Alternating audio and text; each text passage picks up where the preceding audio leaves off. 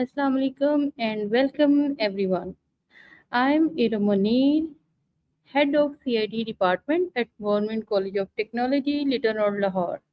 And today we are going to discuss a skill that seems simple, but very few people truly master the art of listening.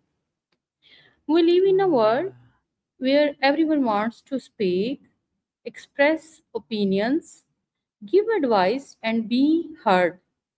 But how often do we actually stop and listen, not just to respond, but to understand? Effective listening can transform our relationships, our workplace, classrooms, and even our leadership. Today, I am delighted to have Dr. Sara Khan with me to explore this important topic, the art of effective listening, how to really hear others. Dr. Sarah, welcome to the discussion. Let me begin with a simple but important question. What does it really mean to listen effectively? thank you so much, Iram. It truly is a pleasure to be here. Effective listening means giving someone your full attention, not just hearing their words. It's about noticing tone, emotion, and what is not being said. Instead of planning your reply, you stay curious. You let their meaning land first. That presence makes people feel genuinely understood, and that's where trust grows. Hmm. Yes, of course. Dr. Sarah, we often use the word hearing and listening as if they mean the same thing. What is real difference between hearing someone and truly listening to them? hmm Hearing's just sound reaching your ears. Listening involves your mind and your heart. You interpret meaning, sense feelings, notice what matters beneath the words. When you really listen, you tune into feelings, context, Hmm. what's unsaid, and you reflect back. I hear you. Tell me more. Whereas hearing can happen even if you're distracted. Listening is intentional. Mhm. Excellent. Okay, Dr. Sarah, many people believe they are good listener, but in reality, they are already preparing their response while the other person is speaking. Why do you think genuine listening is so difficult? Because our brains love to be busy. We think we're being efficient, like, I've got the answer ready, but that habit blocks new information from landing. Genuine listening slows us down. It asks for patience and humility. We have to quiet our own narrative long enough to actually hear theirs. Yes. Okay. Many people wants they someone listen them carefully. What happens to a person emotionally when they feel that someone is genuinely listening to them? Mm. They relax, their shoulders Hmm. drop, they Hmm. feel safer and more open. Suddenly, it's like, oh, I matter, my thoughts count. That sense of being seen brings calm, builds trust, and deepens connection. It's emotional oxygen. Yes, like I'm really feeling relaxed that I know you are listening me carefully. Hmm. I'm Okay. glad that. Hmm. Okay, one of the biggest barrier to listening is judgment. Sometimes we start judging a person's opinion before they have even finished speaking. How can we listen without immediately judging or criticizing? It takes practice. First, notice your reaction instead of acting on it. Take a breath. Silently label it like, oh, judgment showing up. Then shift to a curious posture. Ask yourself, what's their experience that makes them see it this way? Remember, listening doesn't mean agreement, it means respect first. Understanding comes before evaluation. Hold off fixing or judging. Just listen. Then respond thoughtfully rather than impulsively. That builds real communication. Exactly.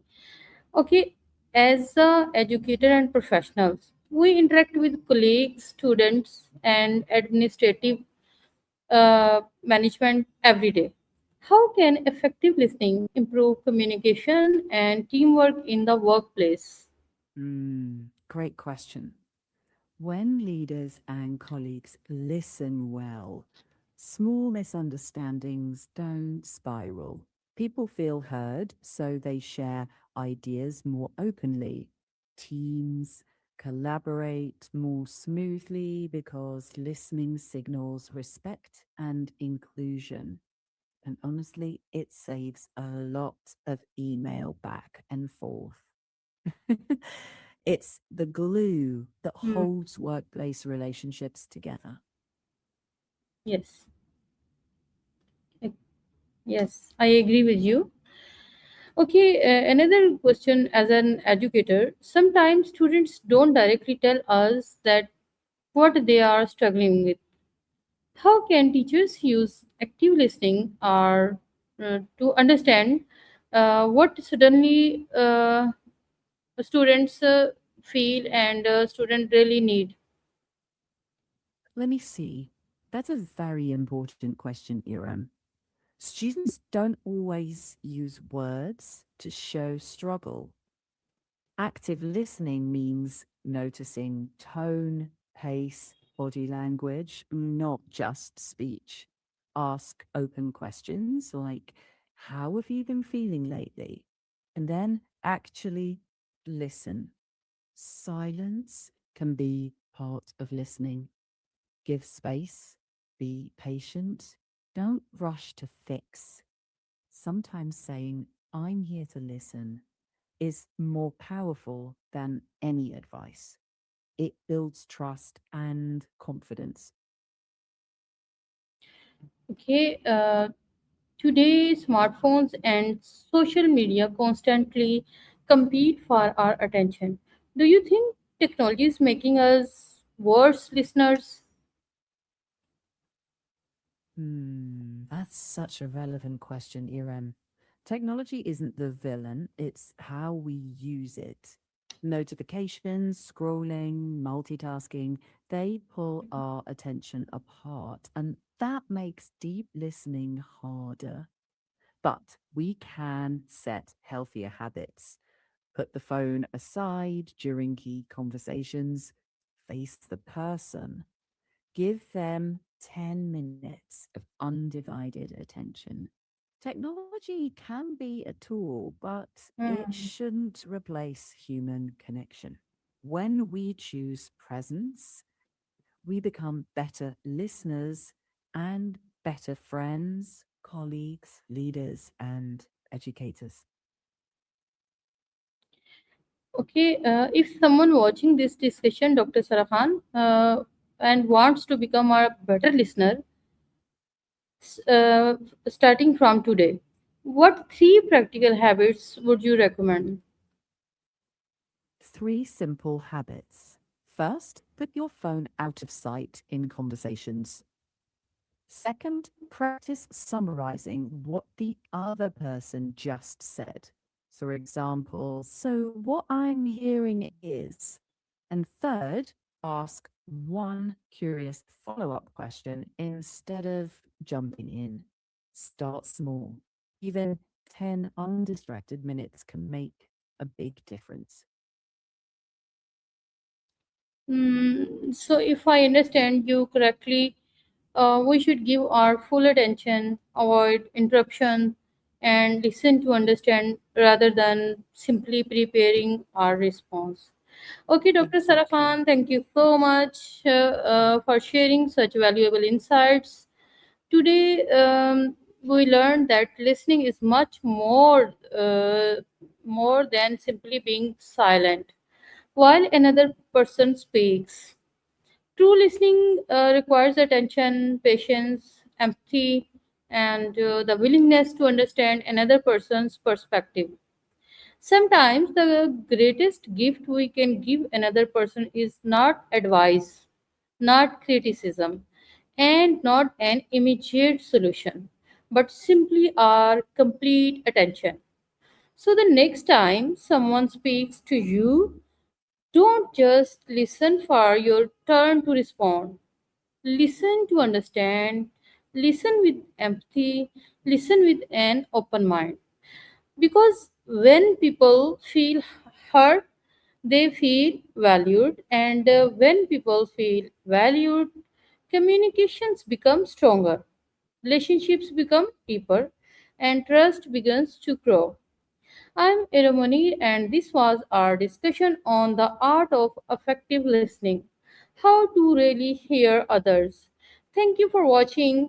Thank you, Dr. Sara Khan, for joining. And remember, sometimes the most powerful thing we can say is simply to listen. See you in our next discussion. Allah Hafiz. Allah Hafiz.